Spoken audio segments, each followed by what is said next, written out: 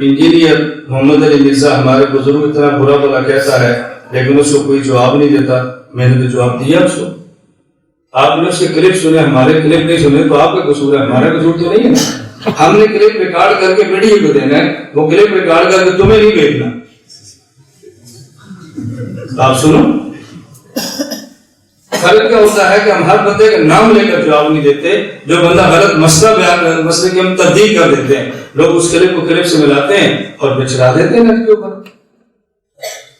مولانا صاحب پہلے داڑھی سفید تھی, آپ کالی کیوں کرتے ہیں؟ میں آپ کو کالی نہیں کرتا. جو کہتے ہیں میں کالی کرتا ہوں وہ جھوٹ بولتا ہے.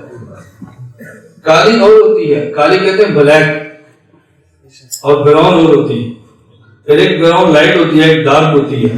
ہماری اتنی براؤن اتنی ڈارک ہے, کالی کی طرح ہے.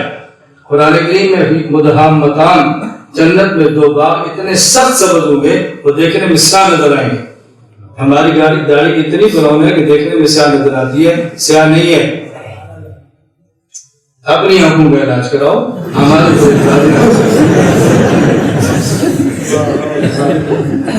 آپ بالکل کھل کر اعتراض کریں. مجھے خوشی ہوگی مجھ سے آپ اعتراض کرتے ہیں, میں دیتا ہوں جواب. میں چھپ کے نہیں بیٹھا, میں منظر عام کے اندر بیٹھا ہوں. آپ جتنے سوال کرو, میرا بدن کا چہرہ آپ نہیں دیکھو گے.